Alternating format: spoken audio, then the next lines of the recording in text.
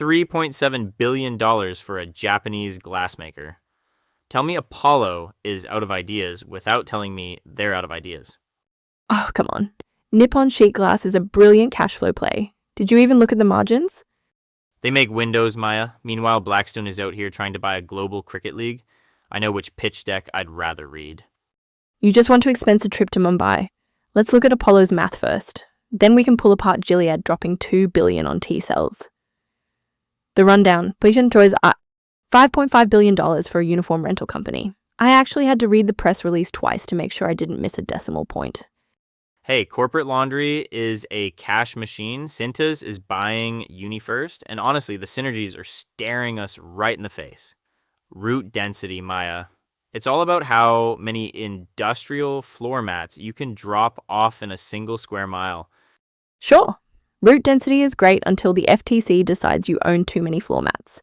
You can't tell me this doesn't get a massive antitrust review.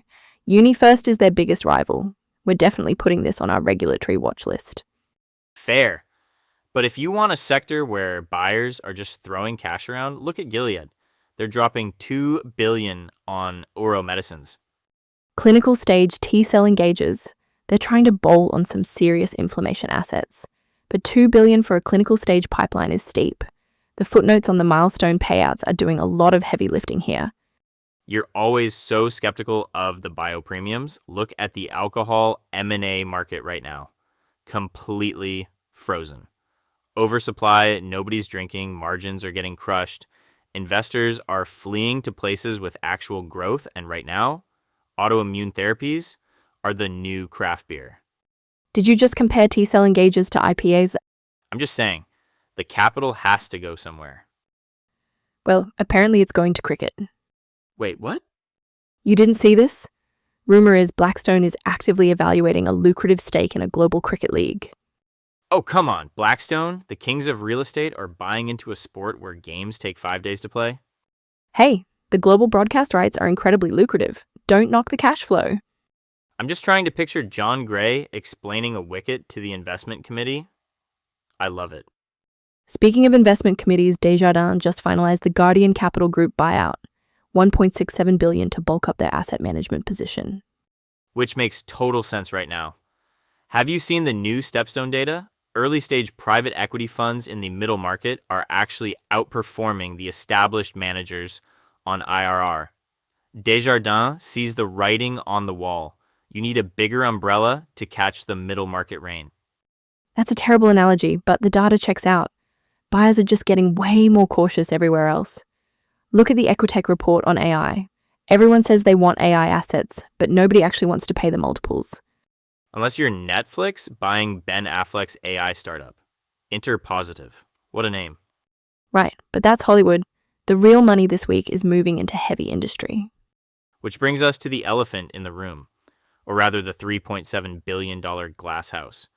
Apollo is making a massive play in Japan, and the enterprise value is absolutely staggering. The big one. $3.7 billion for Windows, Nate. Hey, it's not just windows. It's automotive glass, architectural glass, smart glass. Apollo is taking down Nippon Sheet Glass, and I absolutely love this play. It's so boring. It's beautiful. It's 590 billion yen in enterprise value for a company that literally makes a product you can look right through. And honestly, looking through their financials, I'm terrified. Oh, come on. You know the Apollo playbook? They don't want flashy software right now. They want hard assets, real, tangible stuff. Tangible stuff that requires massive capital expenditures. I pulled the historicals on Nippon. The capex to maintain those furnaces is wild. You don't just turn off a glass furnace when the macro environment cools down. The glass literally solidifies and destroys the equipment. It's a massive operational headache. Which is exactly why the barriers to entry are huge. Nobody is starting a disruptive new glass company in their garage. Apollo gets a moat, they get predictable cash flows, they strip out the inefficiencies, and I bet they carve out the automotive division in 3 years. Predictable cash flows? Have you looked at the commercial real estate market lately? Who is building the giant glass skyscrapers to buy all this architectural product? The market isn't just new builds, Maya. It's retrofitting. Every corporate headquarters suddenly needs high-efficiency environmental glass to meet their climate pledges.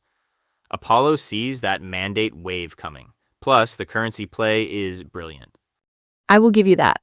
The yen dynamics make it an incredibly attractive entry point for US dollar buyers. They're basically getting a discount on the exchange rate alone. Exactly. I just love picturing Mark Rowan staring out of his corner office window and thinking, you know what? I should own this. Not the building, the actual transparent part. Having been a banker, I assure you that is exactly how these deals originate. A partner taps on a pane of glass and asks an exhausted associate to find out who makes it. The associate hasn't slept in 3 days and just whispers, "Sand, sir." Hey, there is always a buyer for yield. Stepstone just put out data showing middle market PE funds are actually outperforming the mega funds right now because they're focusing on these unsexy high cash flow targets. Nippon is hardly middle market, but sure, we will see if Apollo can actually squeeze juice from a literal rock. Or, melted sand. I'm just not sold on the exit strategy. Who buys a massive legacy glass manufacturer from them in 2029? I don't know, maybe someone who needs a lot of test tubes, which brings us to the biotech space. That is a terrible transition, Nate. I tried, but seriously, Gilead is writing a $2 billion check for Ouro Medicines. $2 billion for clinical stage T-cell engagers. We need to talk about what is happening in the inflammation portfolio wars. Sentence order in process, wait. Voices. So Stepstone is out with new data saying first-time middle market private equity funds are actually beating the established mega funds on IRR right now. Which completely makes sense. You raise a massive $10 billion fund, you have to write massive checks. You can't hunt for those scrappy middle market multipliers. Okay, but wait, are they actually better managers or did they just get lucky timing the cycle? First-time fund deploying capital over the last 2 years bought in at a severe discount. I think it's a vintage year anomaly. Oh, come on. You're just defending the legacy megafunds because you used to work with them. Give the new kids some credit for finding actual value instead of just financial engineering. I am absolutely defending my former overlords, but seriously, you need caution in this market. Look at the new Equitech report. The Global Buyers 2026 report.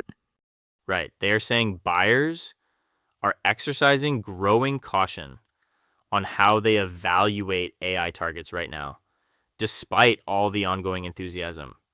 Finally, which is polite analyst code for realizing that adding .ai to a pitch deck doesn't actually mean you have a viable product. The due diligence is catching up to the marketing. Exactly. The AI premium is starting to look like a massive liability. But you know what market I actually think is deeply undervalued right now? Booze. Alcohol M&A, the sector that analysts literally just said has completely cooled off because Gen Z refuses to drink. Yes, the industry notes are full of doom about oversupply and shifting consumer habits. But that reset is exactly why investors think it will yield major future returns. You buy the dip when everyone else is drinking kombucha. I need to see the actual unit economics on that before I buy your contrarian narrative. The margins on craft spirits have completely collapsed. Spoken like a true skeptic. But speaking of buying the dip, we need to talk about the emergency board meeting over at Perfect Corp and why Blackstone might suddenly care about cricket. Spill the tea.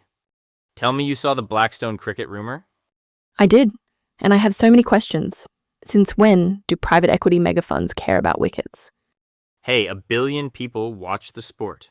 You buy a stake in a global cricket league. You are basically buying a license to print money in South Asia. Or you are buying a very expensive vanity asset. I need to see the projected broadcast revenues before I buy the narrative. Right now, it just feels like billionaire cosplay. That is entirely possible. Speaking of executive drama, what is going on at Perfect Corp? Oh, the classic hastily formed special committee. A preliminary non-binding going private proposal just hit their desks. Non-binding. My favorite banker phrase. It basically means, hey, we might buy you, but we also might just scrape your data room and completely ghost you. Exactly. But the board had to scramble anyway. You know the lawyers are billing triple time this week.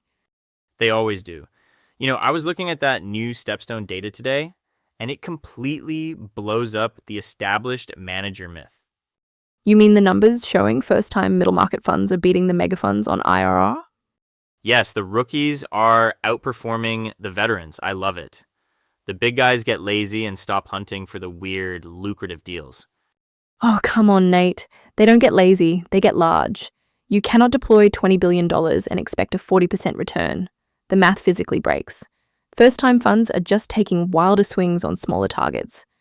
A win is a win, Maya. If the rookies are posting better numbers, the LPs are going to move their money. Sure, until the market cools and those wild swings turn into complete misses. Spoken like a true skeptic. But if we are talking about the big guys deploying massive capital, we need to talk about Apollo. $3.7 billion for a Japanese glass manufacturer. Apollo buying Nippon Sheet Glass. It is a huge industrials play, and we need to look at how they structured this. Tomorrow's radar. I'm telling you, Blackstone buying into a global cricket league is the most obvious private equity pivot of the year. Obvious? They're trading commercial real estate for wickets.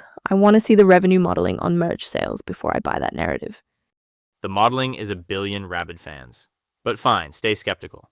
Tomorrow, I'm watching the studios. Netflix just bought Ben Affleck's AI film startup, Interpositive. Which is wild. But Equitech just put out a report showing buyers are finally getting extremely cautious on AI valuations. Rival studios won't just blindly match Netflix's checkbook. Oh, come on. Since when has Hollywood ever let logic get in the way of a tech panic? Sony and Paramount are absolutely calling bankers right now. Let them overpay. I'll be refreshing Edgar for Perfect Corp's special committee filings. That sudden take private offer smells like a desperate lowball attempt before earnings. A distressed beauty tech play, classic. We'll see who blinks first tomorrow.